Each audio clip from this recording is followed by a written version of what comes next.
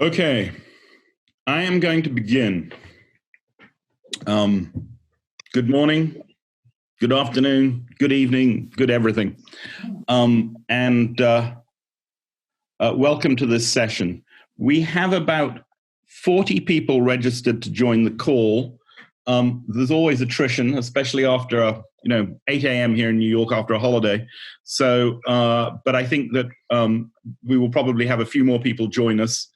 This is part of a continuing series of discussions of GCDN members that we've been having since March about different aspects of the crisis and its impact.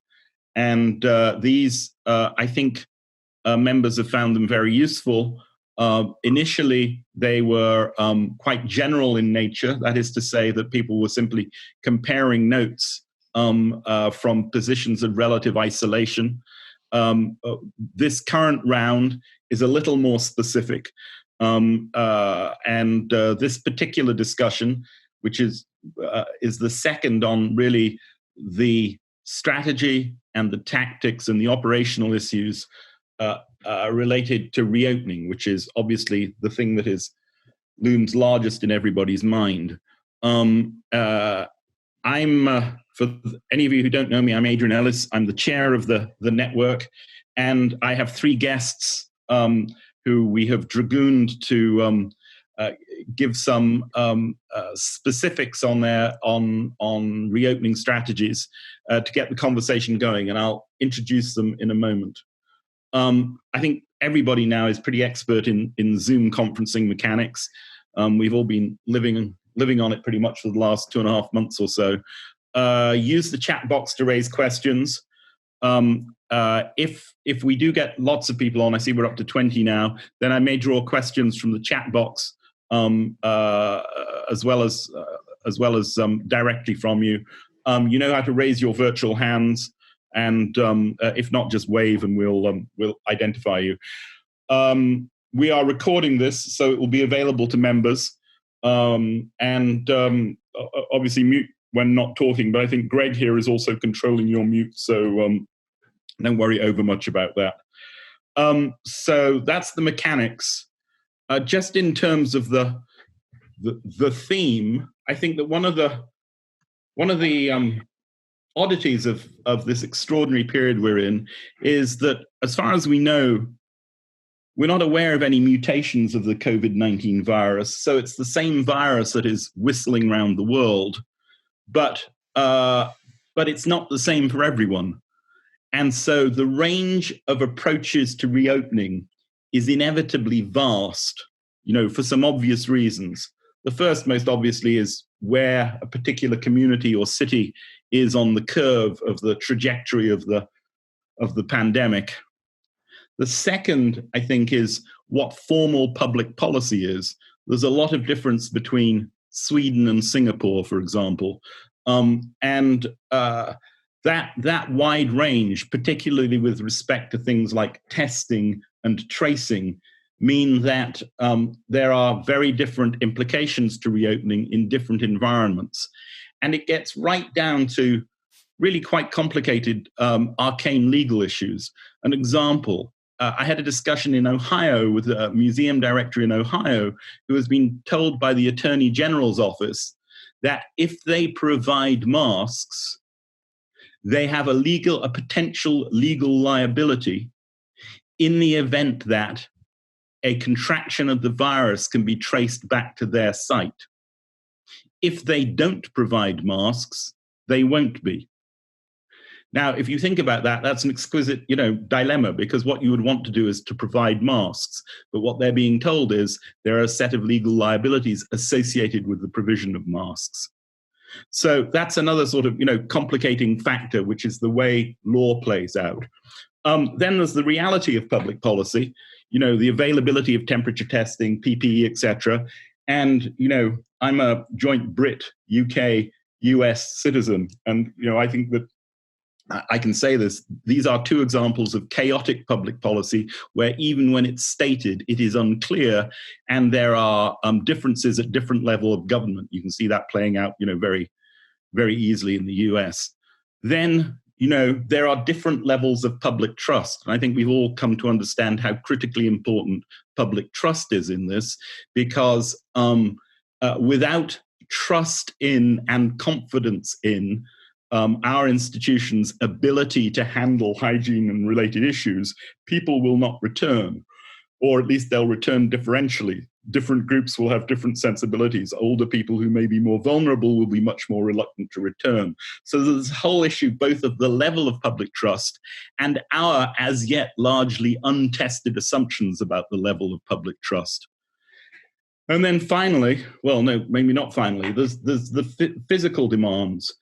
And it's very clear that, for example, most obviously, the way in which the implications of social distancing play out in the performing arts is radically different from those in museums. It's very different for indoor spaces and outdoor spaces. And because the physical demands are so different, the economics are very different too. There's a couple of articles that in the New York Times over the last few days that show, and maybe Greg, you can put them in the chat box, that show the radical difference between the way in which museums in the States are able to approach the issue of reopening. And based over the next few months, it's pretty obvious that a number of museums are intending, let's see how it plays out, but are intending to reopen. And I think Houston MFA is actually open this weekend in a limited capacity.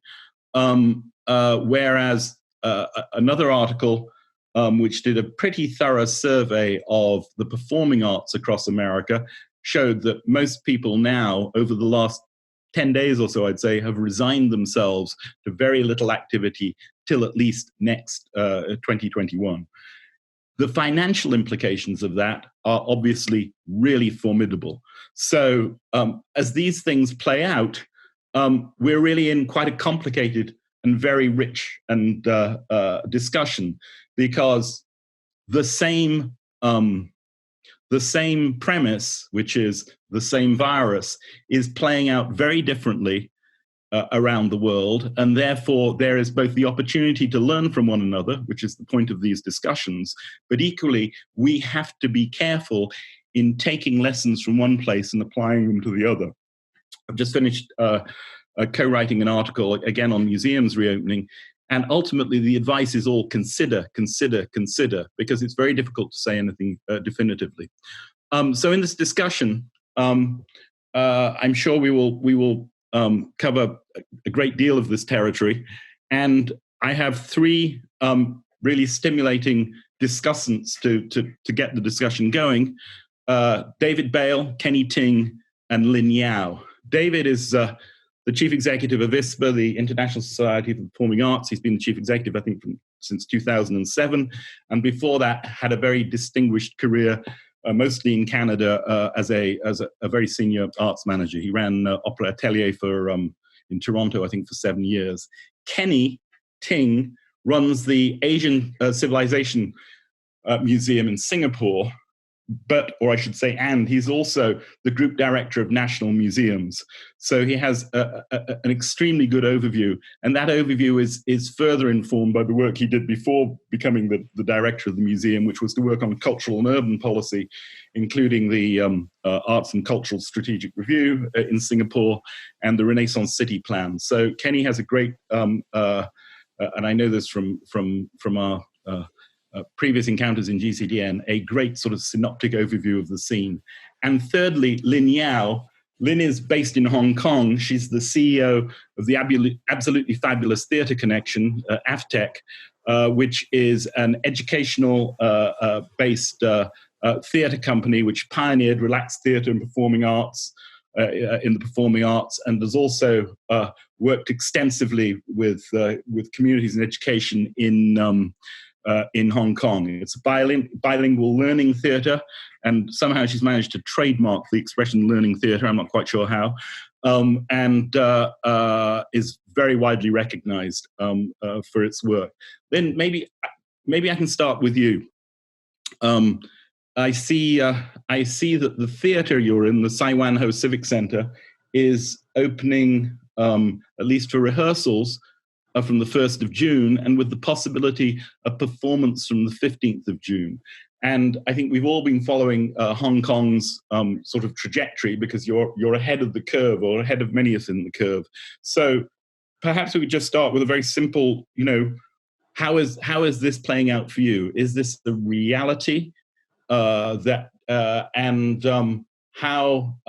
are the practicalities of going back into rehearsal and then performance?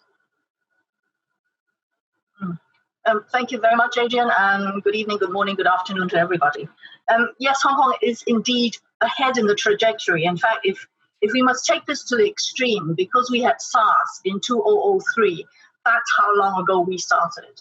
So we were caught completely off guard in 2003, but come COVID-19, masks, everybody dons a mask automatically. Social distancing is automatic, and with the pandemic, hand hygiene, we are almost playing Lady Macbeth every single day, washing out damn spot all the time. Masks, of course, as you know, the symbol really has changed. We had quite a bit of social unrest a year ago, and a lot of people would stay away from people who had masks because of what they symbolized. Now we would stay away from people who didn't have a mask because of what it symbolized. But we have found my own company, and generally in the arts, and we're 90% small, medium organizations. We found that wearing a mask also gives us a very introspective frame of mind. So I think when schools and venues closed down in the last week of January, and we've been working from home for 3 months now, we only returned in early May. There was a lot of thinking, and we were ahead because we're used to the mask. Sense of time has shifted. Everything has slowed down, but we need to catch up with the massive, complete disruption that we've had. We've lost about 8 months of income, shut down productions, because we work with schools and educational institutions in the main. With the closure of schools and venue together, this is it. It's time to contemplate our navel. Yes, our theatre is opening June 1st. We don't have anything in particular for June. There will be social distancing. We will be halving a lot of seats in this coming season. I think the government has reacted very quickly. We've closed down our borders relatively quickly enough. We still need people to quarantine coming into Hong Kong for 14 days. And I think these are measures that helped us. We have a very strong public health system, and relief measures in terms of money has been coming in from the government to varying extents. It depends on where you are in their financial curve. It is a drop in the ocean. Therefore, we have had to be very proactive. I think there are 5 things that we've been doing, and it is cyclical. First of all, we tried to salvage as much as we could in terms of postponing classes, workshops, productions. Secondly, to solicit sponsorship in these dire times. Never underestimate reaching out. And we have been pleasantly surprised. We would have thought that people wouldn't be generous, but they've been more than generous, to the extent that we've covered 1 year's rent, because without rent, you can't do anything. The third thing is we've been strengthening our own team, so fortifying my colleagues in terms of online learning, peer support. The Jockey Club Charities Trust has given us 2 licenses for LinkedIn Learning. So we've been bringing guests in to build my team instead of sitting there waiting for things to happen. The fourth S is we've been trying to support freelancers, because they are the hardest hit. Without schools, without the venue, there's zero income. Although, we have lost 8 months as well. So because of relief measures popping up here and there, we've been able to help other freelancers. And the last thing, which all of you, I'm sure, will be doing, is scenario planning. I've never scenario planned to this extent in my life. And these 5 S's, you go round and round doing it. And I think it really never stops. As Adrian says, context matters. And what what is applicable in Hong Kong might not be applicable elsewhere. I think our urban lives have been very much disrupted. That's why I have this virtual background. I feel that we've lost gravity and we're just floating around in a surrealist Mauritian painting, probably. It will not be the same again. Relief measures are great, they are fine. And I think from the government to philanthropic organizations, it's these 6 months that they're helping us with. But my greater worry is next year. The economic downturn has happened. Our recession is 9% now. We've got 5.2% people who are unemployed, and underemployment is even larger. Because corporations have still sponsored groups for this year, next year, and the year after next, it's going to be dire. We think in the Hong Kong context of our social issues and health issues, well-being, somebody has to come up with an idea, or we have to, for an oasis of well-being. Because on the social level, on the health level, there's just too much disruption, and it's very disconcerting and unsettling. So well-being, I'm looking ahead now at mental and physical well-being. Therefore, cultural districts that all of you head, I think would play a very important role, because although we're in it all together, you have better means and you do have more space. And therefore, how in the face of shorter, sharper,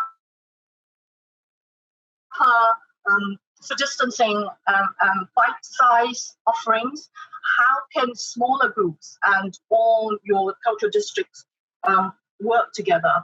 We definitely will be looking at becoming a leaner organization, for the very simple fact that rents are exorbitant in Hong Kong. And if you can't afford that, you can't even continue with your company. So I think the oasis would really come from cultural districts, working with philanthropic organizations. The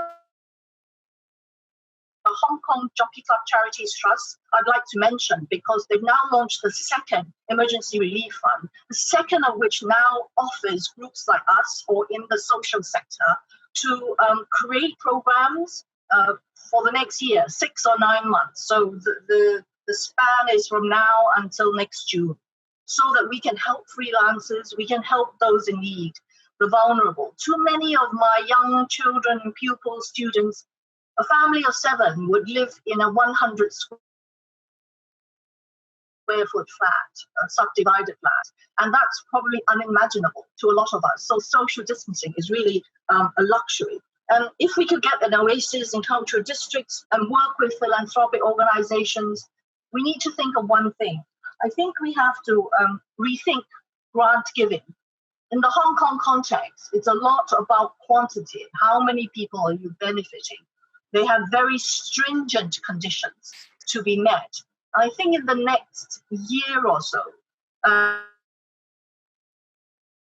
it has to be relaxed. There has to be an encouragement of more trust between philanthropic organizations and arts and cultural organizations, because it's the arts and humanities that really matter now. Hong Kong is a very pragmatic society. It's all about instant results.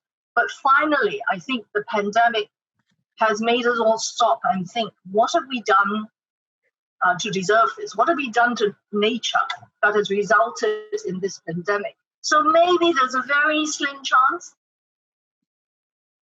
that arts and humanities can come together and say, it's well-being, we need to think about the humanitarian and human aspects of why this has happened. So this is, in a nutshell, how we're going forward, because urban living is disrupted to such an extent that we cannot do it on our own as a single organization, irrespective of size. Thank you. I will. I have lots of questions from that, but I think we should get the 3 sort of provocations, as it were, out, and then pursue questions. So, David, may I turn to you? You have a sort of Olympian perspective by virtue of where you're sitting, and I don't mean in an apartment in New York. I mean ISPA's membership, which really is truly global. And although it is the performing arts, not the totality of the cultural sector, I think it gives you a remarkable position from which to view things. What are the patterns? In other words, I described a situation where a common cause has all sorts of different effects. Do you see patterns emerging that are of general assistance as we navigate this? Great, thank you, Adrian, and thank you for inviting me here. Hello, everyone. It's great to be here. I was actually looking forward to meeting you next month in Lugano, but hopefully next year. Yes. So for those of you who aren't familiar with ISPA, we're a leadership network of about 550 members in 60 countries around the world. And we've been doing conversations very similar to this over the course of the past 2 months now. And it has been fascinating to hear the different responses. I think generally what we're seeing is it's having a universal impact with a much less than universal response. Adrian was touching on this when we first started, when he first introduced the conversation today. Every jurisdiction is responding in a different way, with different different legislation, different measures, different, well, just everything. So it's been challenging from that perspective around the globe. Also, what's weighing into this is there's a lot of voices coming in at the same time. Labor associations or unions also have a very distinct perspective on what it's going to mean from them. So I think we as presenters, as community leaders, are going to be weighing a lot of interests as we move forward. One of my members used a great metaphor. It's like we're flying the plane as we're building it. And I think that's really apt because, we're all trying to move forward and learning so much at the same time. I think that one theme, Adrian, to your question that's come out virtually across the board is health and safety. And the health and safety of our audiences, the health and safety of our artists, and the health and safety of our institutions or staff. And I think that's the primary focus for most of our members in terms of moving forward. And again, depending on the jurisdiction, what that means is very different. Lynn was mentioning, Hong Kong is very much ahead of the curve. Ironically, ISPA was supposed to be in Taiwan next week for our conference. When it's virtually the safest place on earth right now. And here in the States, it's still it's a real, I don't want to say mess, but mess. The articles that Adrian posted were published on the weekend, talking that generally people are looking at 2021 for an opening or for the next public presentations.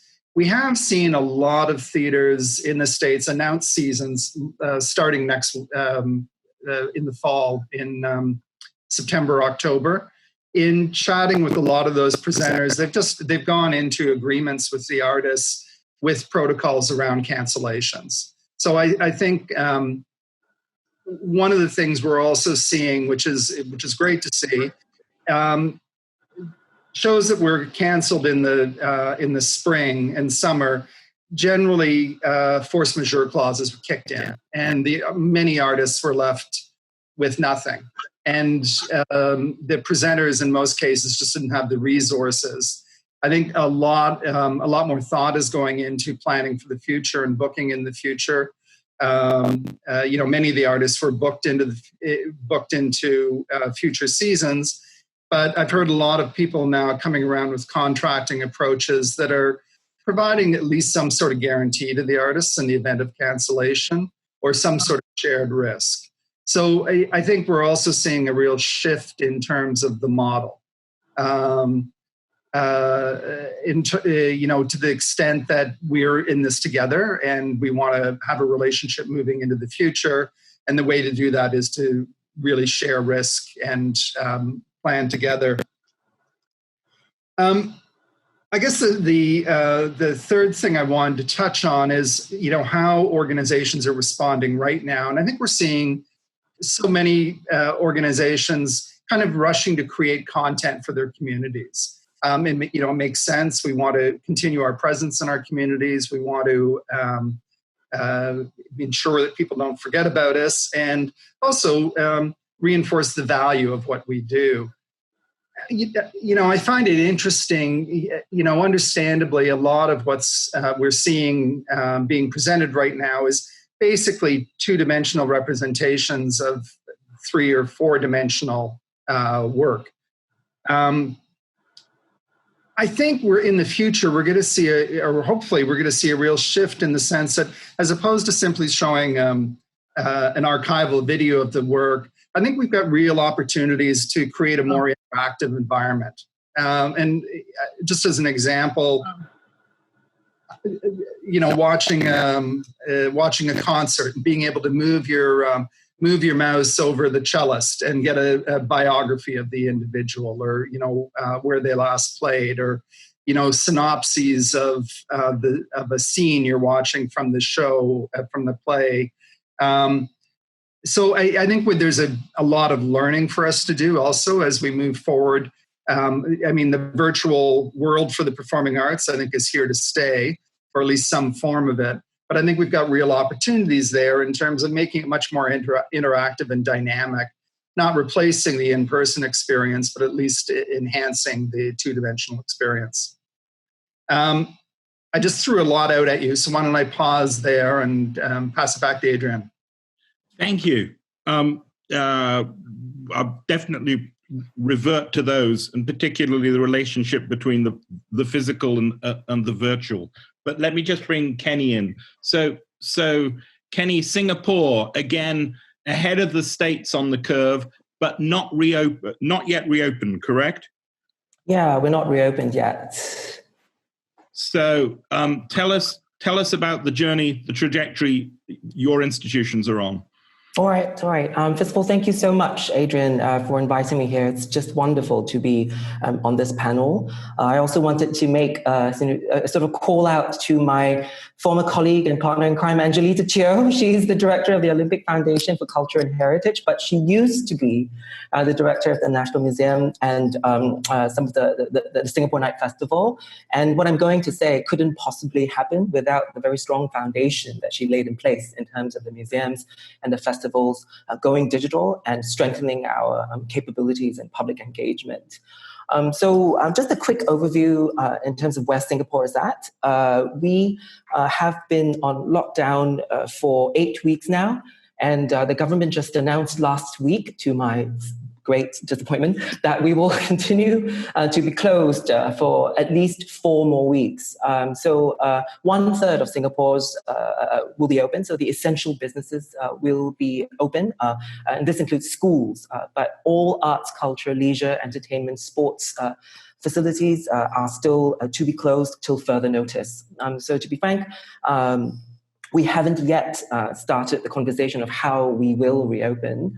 That said, before all of us were closed, there were very, very detailed and very stringent safe distancing policies and measures that were set in place. And so there was actually a very structured process towards shutting down. And all this is online on the websites of the National Heritage Board that sort of manages the museums, and the National Arts Council. And I'm going to just type these websites in so that all the details are actually there.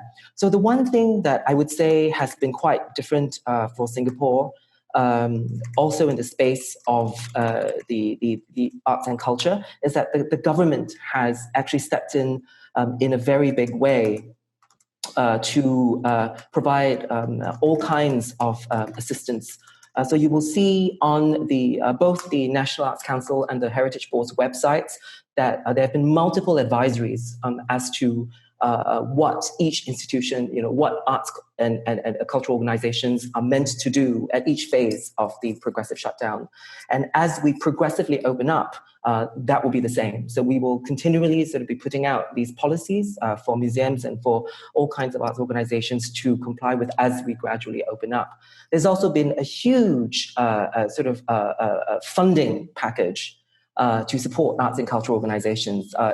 So you'll see online, there's $55 million in support, both in terms of supporting arts organizations and museums going digital, but also job support schemes.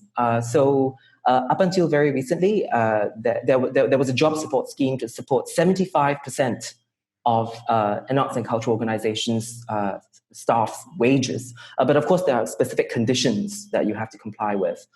Today, there was a massive government budget that was just announced, literally just this afternoon. It's called the Fortitude Budget. And again, amongst all kinds of recommendations, there was the announcement that this job support scheme would continue to August, or whenever the arts and cultural scene is allowed to reopen, whichever is earliest. So we've definitely benefited from a great deal of government support and government guidance in terms of policy making. With regards to the museums, therefore, I would have to say that given that we are national museums, the impact has been more in terms of sort of shifts and delays in our exhibition schedules. And our focus right now, like Lynn said, is actually to also explore how through our initiatives, we can support freelancers in the creative scene, even in terms of hiring. How we, as the big national museums, can actually do our part to support the freelancers in the creative sector. Certainly, the museums are all going digital as much as we can, although I would say that we haven't been very aggressively doing that. I think we've also recognized that digital is here to stay. And so it's more about how do we sustainably introduce digital and virtual programming into our activities for the long term. There are no solutions at this point. What the museums have been focusing on very much is to find ways to actually engage directly with the public through digital platforms.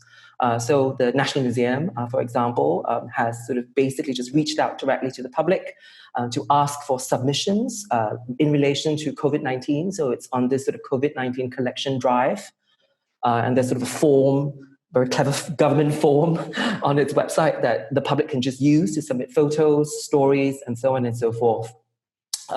Similarly for us, we're also sort of launching a series of conversations where we basically just engage directly with the public and sort of share the kinds of challenges that we're going through. This has also happened to the festivals. So the museums also run the festivals. There are two festivals that I refer to, the Singapore Night Festival and the Singapore Heritage Festival. And these two festivals have a strong sort of urban life precinct development function. So for the Singapore Night Festival, we made a decision earlier on to cancel it.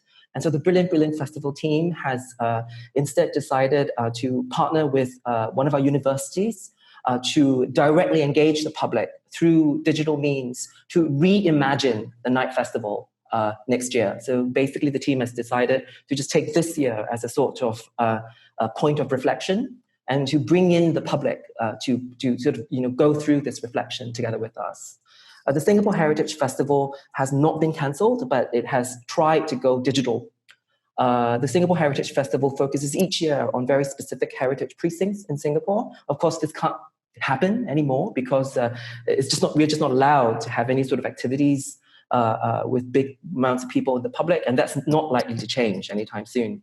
And so the priority right now is to find ways to do small projects that engage, again, freelancers or perhaps intangible heritage professionals in Singapore to bring this content online.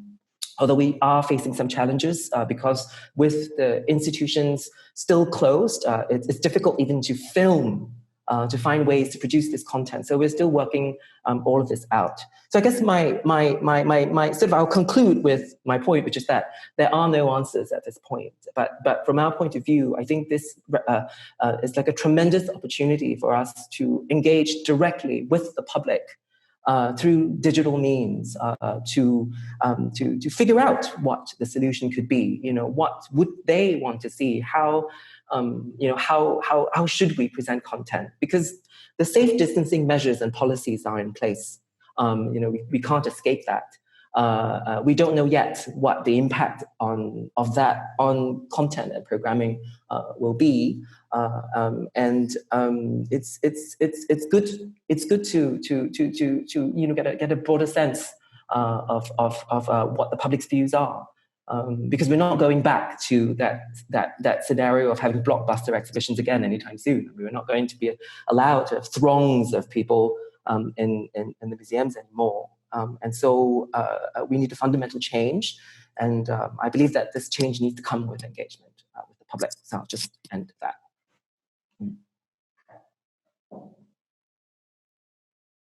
Thank you, Kennie. Could I ask you and David and Lynn, and this is speculative, but it's all speculative.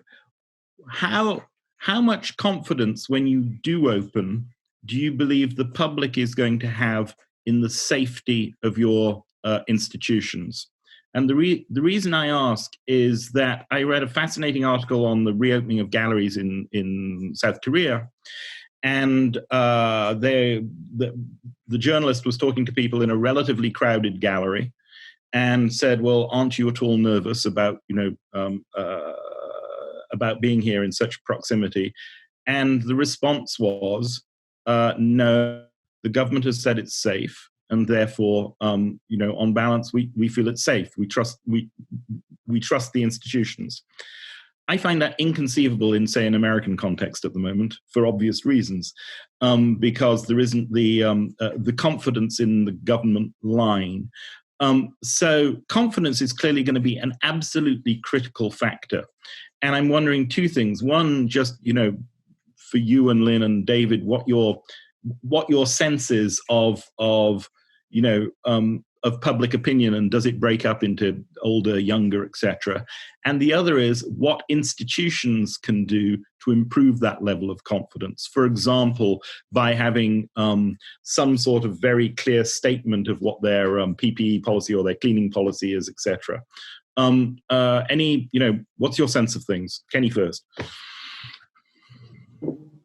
So my first response is, this being Singapore, nothing is left to chance. Right. The management in terms of the policies it goes to every inch of the museum. So I mentioned earlier, we had these very strict policies for safe distancing. This involves, so for example, in the museum, we had to make sure that the total number of people entering the museum was capped at 16 square meters per person. And every single gallery, we had to mark out that space. So it's like I literally had to sit down and calculate, each gallery's floor area minus the built-up area, because we have, showcases and such. And then we divide it by 16 meters square. And I am required to ensure that this is complied with. So this represents something like less than a third of our usual visitors that we have to maintain. And we just had new permanent galleries open that are going to be extremely popular because there are fashion, textiles, and jewelry galleries. And they're so small that only 30 people can enter at any one time. The one thing that happened for us, which I on hindsight I was very scared at the time, but in hindsight it was a bit of a blessing, was that we actually had to shut down even before this shutdown happened, because one of my colleagues had actually contracted COVID-19 while he was abroad. So just to be extra safe, we closed the museum, disinfected it completely, and reopened it with full safe distancing measures in place less than a week before all of Singapore shut down. But what I realized was that in doing this, this actually sort of boosted public confidence So when we did reopen, people did come, and we actually had to tell them to please stand at, these marked out spaces for you to queue to get your tickets. And even though we were in the midst of opening new galleries, and we managed to open these new galleries 3 days before all of Singapore shut down, and people did come, and we had to just say, look, just stand there.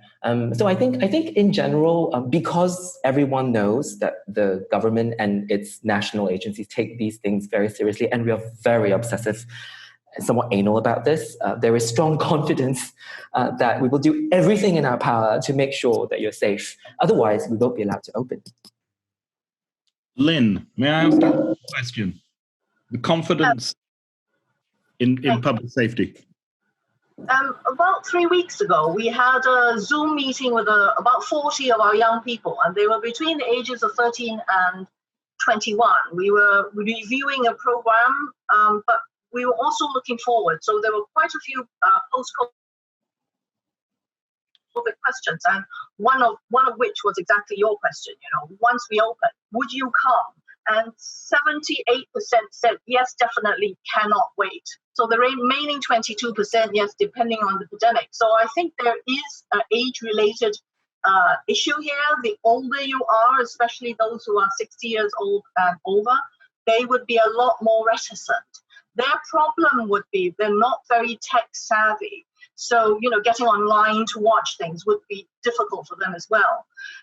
Like Singapore, like Kennie was saying, because 99% of our venues are all run by the government.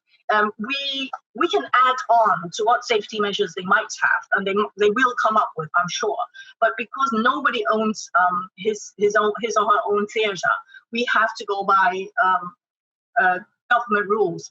But can we do more? Definitely. So we started a very early bird booking for our October theatre production for 9 to 12-year-olds. And we were very pleasantly surprised that schools have called in to inquire if they can bring 150 kids there. So I was quite taken aback. I would have thought that schools would think, well, let's see how it goes first. So again, I think because 7.3 million of us live in just over 1,000 square kilometers, and high-rises going up to the 65th floor, and you're packed like sardines, any opportunity to get out, you will. But Hong Kong people are very quick to react. I do hope there is no second wave or third wave, because once that happens, everything's going to close again. So one of the issues we have with planning really is, while in my younger days, I used to be able to plan for a 5-10-year horizon and get it probably quite right. And then it became 3 years. And now it's probably 3 months, and you don't even know if you get it right. So that kind of mindful acrobatics, I think, is something that we have to inbuild into our habit of life. Thank you. David, this is unfair, but tell us about the rest of the world. So, I think historically as a sector, we're reticent to look to other sectors for ideas and approaches. But, I look at the airline industry right now, and, I think half the world is clamoring to get on a plane the next opportunity they can, and half the world can't even dream of going anywhere near one. I don't think it's dissimilar with our theaters. There is, a huge membership in our audience that are really desperate to come back and will come back. But I think Kennie and Lynn's point, they're very much looking to us to give some sort of assurances around safety. Virtually everyone I'm speaking with right now is consulting with cleaning agencies about, how effectively can they clean before performances? Can they do multiple performances, in a single day? What is the efficacy around that?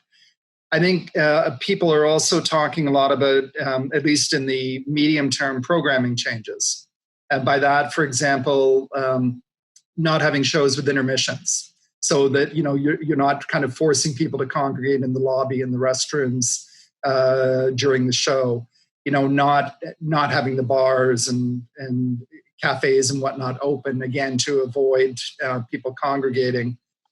We haven't really touched on this yet either, but you know, a lot of our members, a huge part of their programming is international touring.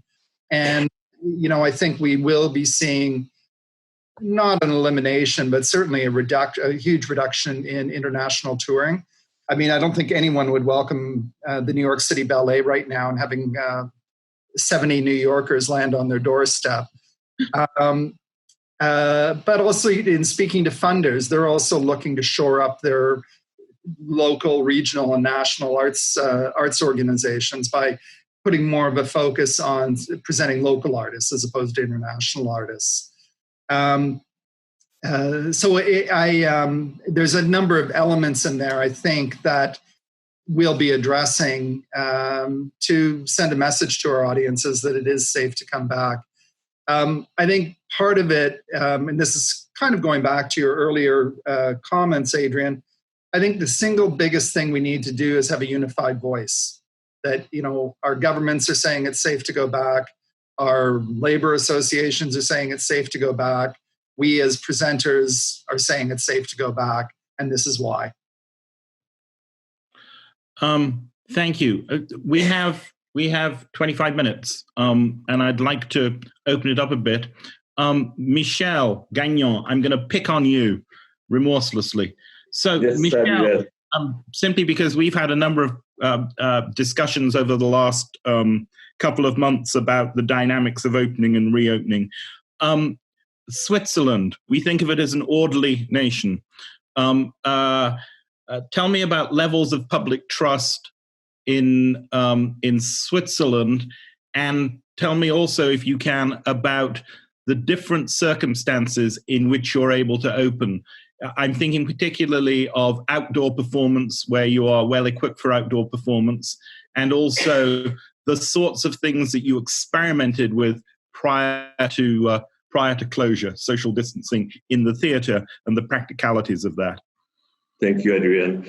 Yeah, so here in Lugano, we're just going out from the lockout. It's like the first week where people can go out a little bit and the shops are opened. We're waiting. There's going to be a press conference tomorrow from the federal government where we will understand how many people we can have together to social distance and everything. I was speaking with my colleague, the artistic director, Camilo, this morning, and the plan, if we can do it, of course, we have outside spaces. So the plan is to start end of July to do small performances for, small amount of person to create this trust. So people come back slowly. So this is the project, and hopefully we will open in September. But it has to be found out tomorrow, Adrian. I have very little information for the moment. For the moment, it's Switzerland. You need 2 meters, and you cannot have more than a group of 5 persons. So it's very strict. So confidence has to be built from us, I think. Are there others who have observations on this issue of trust? I saw, Yuri, your comment. How do we create that trust where the government is less in evidence than it is in, say, Singapore? Yeah, I mean, I think, as you mentioned, it's unlike other places, confidence in what our government says is mixed. Some people totally believe it, some people totally disbelieve it. So a lot of it has to come from how we communicate with our patrons.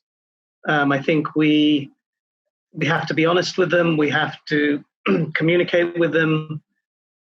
We need to tell them what we're doing, how we're going to keep them safe. Especially for us in the classical music field, I think we have an older audience. So some of those people may not want to come back until there is a vaccine. So that's one thing that we have to think about and cope with. So, I think social distancing, but there's all sorts of other things about, especially in a performance hall, it's also about getting people into the performance hall itself, into their seats. It's about concessions. It's, as I think David mentioned, it's about restrooms, it's about elevators. So I think the more we communicate without overly scaring them, obviously. But I think the more we communicate, the more confidence they're going to have that we're going to do the right things for them. David, is thought being currently given to an industry-wide standard that one can show one has met? That's what's happening in some sectors. I was looking at guidelines for casinos, for example, and they're trying to develop a very obvious symbol, a bit like those symbols outside restaurants that show that you have met a certain standard, and then as a mechanism for instilling confidence in people so they can stuff money in the slot machines. Anything similar? Is anybody aware anywhere of anything similar in being developed? Certainly not that I've heard. I think I just think from in the different regions, just the regulations vary so much that a universal standard would be very difficult to implement. I could see some sort of certification on a regional basis, which in fact might be a good idea in terms of providing some sort of safety standard for people. But I can't see it on a global level. I think it would be much more of a regional approach. Just to add, Adrian, that actually we do have a certification. It's called SG Clean. And that was already in place before we shut down. So everyone's meant to go back everyone has to be audited once we reopen. And it's nationwide. Anything similar in Hong Kong, Lynn? Because we've just heard that performing arts venues will be opening on June, we're still waiting for directives from the powers that be on how they are handling audience. But, as we were speaking, I was thinking in dance and in theatre, with musicians, like the Berlin Phil, they've scattered them all over the concert hall. But with theatre, with actors and dancers, how do we ensure their health? That's more than a rhetorical question. Most of the attention has been understandably on the front of house, but the reality of how you rehearse how you rehearse a production, particularly in theatre or in choreograph, is really quite profound. Film studios, highly incentivized and highly well capitalized compared with our sector, are thinking this through. I read a piece over the weekend on film companies that are starting production. But I think and David will know more about this than I do, and others on the call will know, I think it's one of the reasons for the relatively pessimistic assessment of the reopening of theatre is as much related to production as to audience. I'm sure there are people on the call who are better equipped than me to give an account of that. Anybody want to dive in? Adrian, this is Yuri again. So one thing that we've done, we've put out our program for this coming season, which starts in September. Between September and March, our program is very much based on how we social distance the orchestra. So we're doing a gamut of different performances, but the program has been based on how we can social distance the orchestra, and then also what resources are needed to be able to put that to online or to live stream it. So our whole program between September and March is more or less based on what we can do inside the hall, and also how do we get it out to our audience. So it's a limit on having an 87-person orchestra. We may have to have orchestras in different parts of the hall. We may have the ones that can wear masks, maybe they can be on the stage, and maybe the ones that can't wear masks needs to be in sort of the terraces. So Yuri, I'm curious, what kind of impact did that have on your programming? We definitely have a lot less concerts. So we've definitely reduced the amount of concerts and less of the full orchestra. We're still planning to do some with the full orchestra, but probably not as many as we were going to do before, and smaller ensembles. Now, part of that also depends, whether right now we're planning to put everything online, but with a paid subscription, no longer free. So we're planning to put everything online. We're still trying to work out, with our local city, what we can do, and then we have to decide internally what should we do. Even if the city allows us to do it, are we going to do it? So all of those things we're trying to take into account now with our scenario planning. So may I change the line of questioning slightly to something that David brought up in his observations of patterns. We've all observed a stampede to digital, unsurprisingly, because all arts organizations want to retain contact with their audiences during this period. And it's bluntly of large volume and variable quality, but the rationale is pretty obvious. As we come out of this,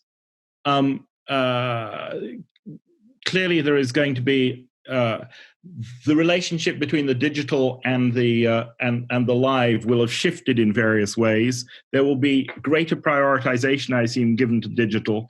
But do people see any sort of viable business model underpinning that?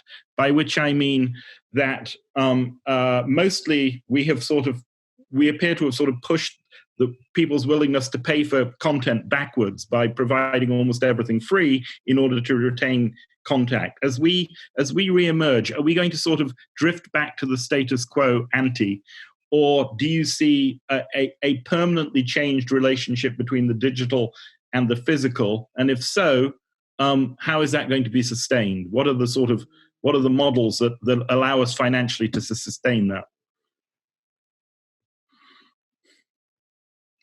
David, you raised the point. What's it look like in ISPA's world? Sure. Well, as you've said, we've pushed a huge amount of content out there, and we haven't monetized it in any way. I think to try to monetize it the way we're doing it now isn't feasible, because it doesn't translate if we're simply filming a live performance. I mean, people often point to the Met Opera as being a success, or the National Theatre.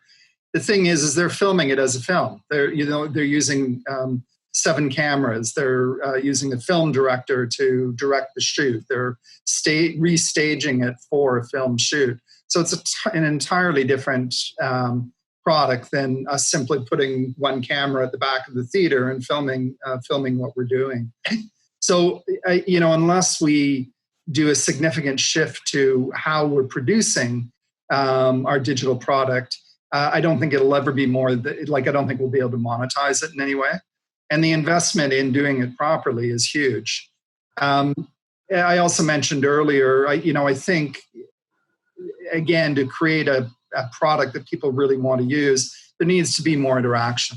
So, introducing different elements that allow the audience to actively participate in the performance, I think will also be a really key element if we're going to move forward with a truly digital component to our work.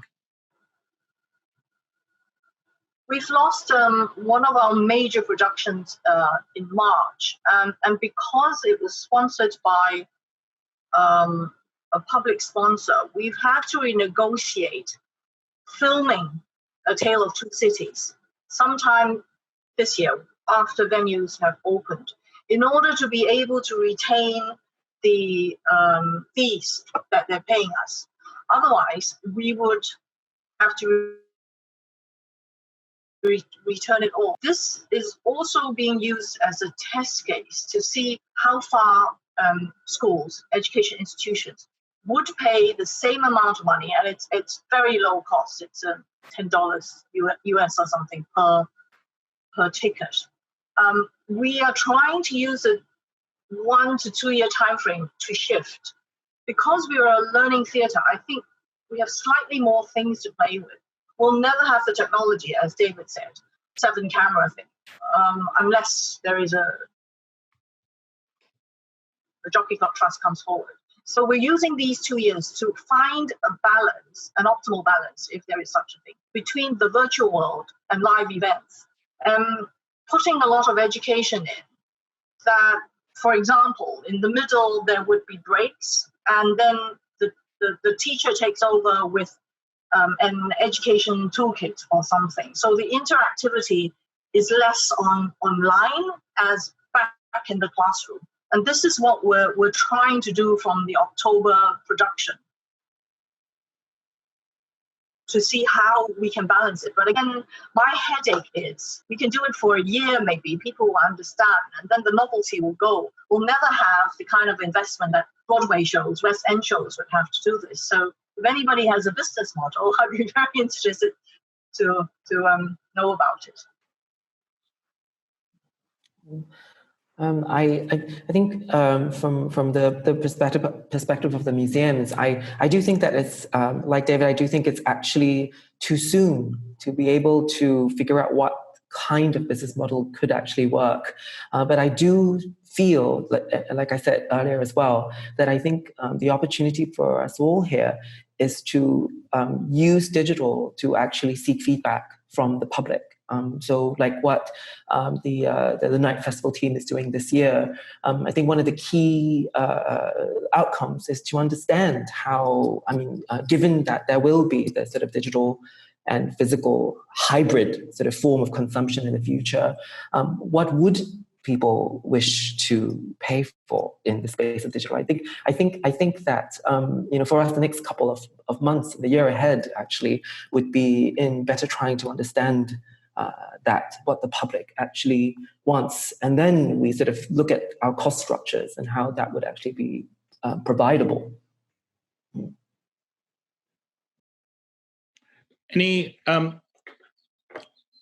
Anyone discovered the magic formula for sustainable digital content?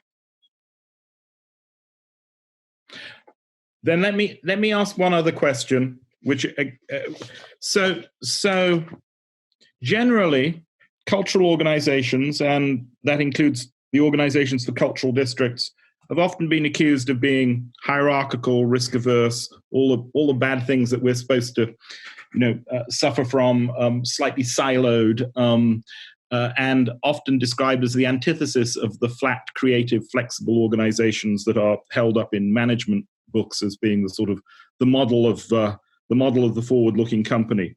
But we have very rapidly in the crisis been forced into the most extraordinarily agile necessities. So we are working virtually in teams, making decisions which have attendant risks, which are probably well beyond the risks that we're historically comfortable taking, and appear to have done this fairly remarkably. As we move out of crisis and into a degree of a new normality, are there aspects of the current organizational culture that we should, as it were, recognize and seek to hang on to?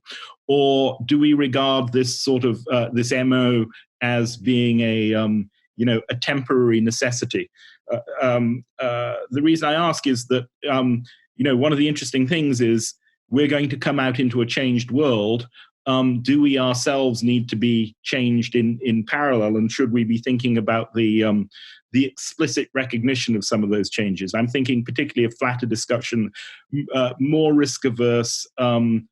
risk averse, and in a sense more prepared to be less perfectionist in the execution of things in order to reflect speed and urgency.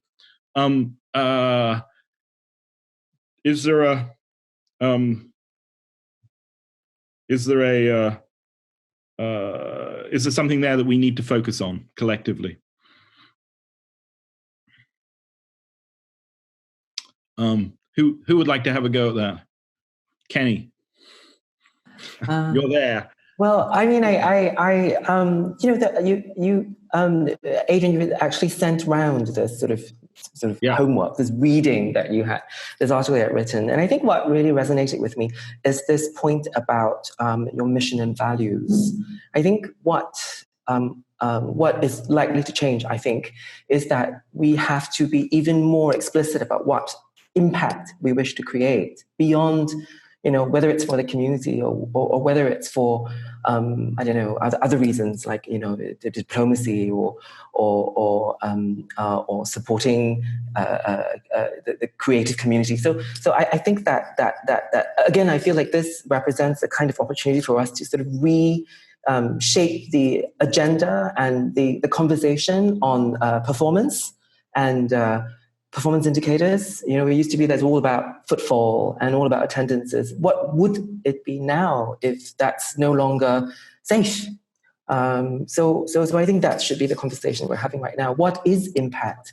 And it would mean different things for different organizations in different communities, in different countries, in different specific locations. But again, this represents, to me, the most important conversation right now, because it's with that articulation of impact, then you then convince the funders to continue funding these projects. We will depend more than ever on philanthropy and funding of a different nature if we are unable to get the same sort of volume of revenues from ticketing. So therefore, this articulation of impact, I think, is critical.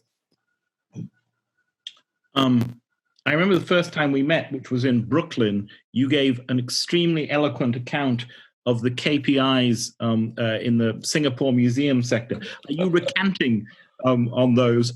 Or in other words, do you think that we have tended collectively in all aspects to sort of fetishize volume, and now clearly we can't fetishize volume in quite the same way.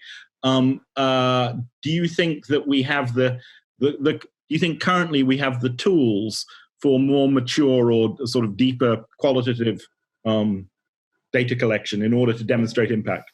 I think actually we need to do that, and this is very urgent, because the last thing we want is for the ultimate indicator to be virtual footfall. It would be just as bad, So I think we're in a danger right now of the funders, sort of fixating. Since we have no physical footfall, the most obvious and the easiest sort of KPI, so to speak, would be virtual footfall, and that's the last thing we want.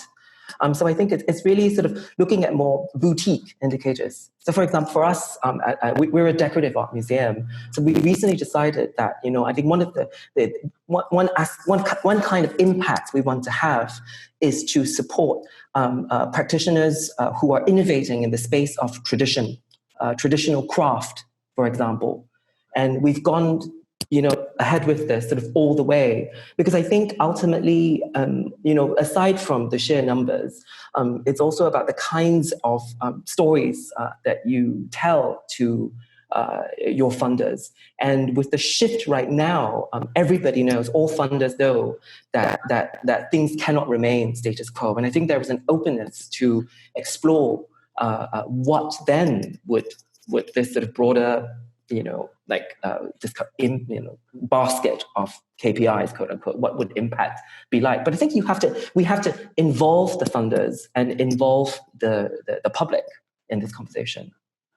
So I think that's a great sort of landing point for this discussion, because one of the things that cultural districts as entities clearly need to be able to do very powerfully in what is inevitably going to be a fight for scarcer resources is to be able to articulate very clearly how they relate to the larger civic and cultural agendas in a way that demonstrates very clearly impact. And I think social as well as economic impact is clearly very important in that. As I think most of you know, we have commissioned research and a series of case studies from Jeffrey Crossick, who was the chair of the AHL, the Humanities Research Council in the UK on this, and he's doing a series of case studies which we had intended to present in June, but now we will present them at a later date when we were going to meet in Lugano. But it seems to me particularly urgent at the moment, and timely too, for the reason that you've described, because it's clear that there's a changing sensibility about what matters and what doesn't matter, and how we articulate it. And that larger civic purpose seems to me pretty pretty important. Can I thank everybody on the call for a stimulating hour and 15 minutes, and particularly the three speakers who really sort of set the tone and the bar high. I'm going to ask Beatrice, our director of GCDN, just tell us what's up next in terms of the next one of these conversations. Hi everyone. We have a session on Thursday, which we'll send another reminder, but it's about working with communities. So very much following on from Adrian's last point. How do we listen to our communities? How do we expand our notion of what these communities are? And how can we be more valuable and work with them to create relevant cultural experiences? So join us for that if you can. So thank you, everyone, and thank you for the participation in the quite rich set of references and comments in the chat bar. And we look forward to seeing you in a few days, I hope, very much. Take care. Thank you. Thank you very much. Thank you. Bye, Adrian. Bye-bye. Bye-bye.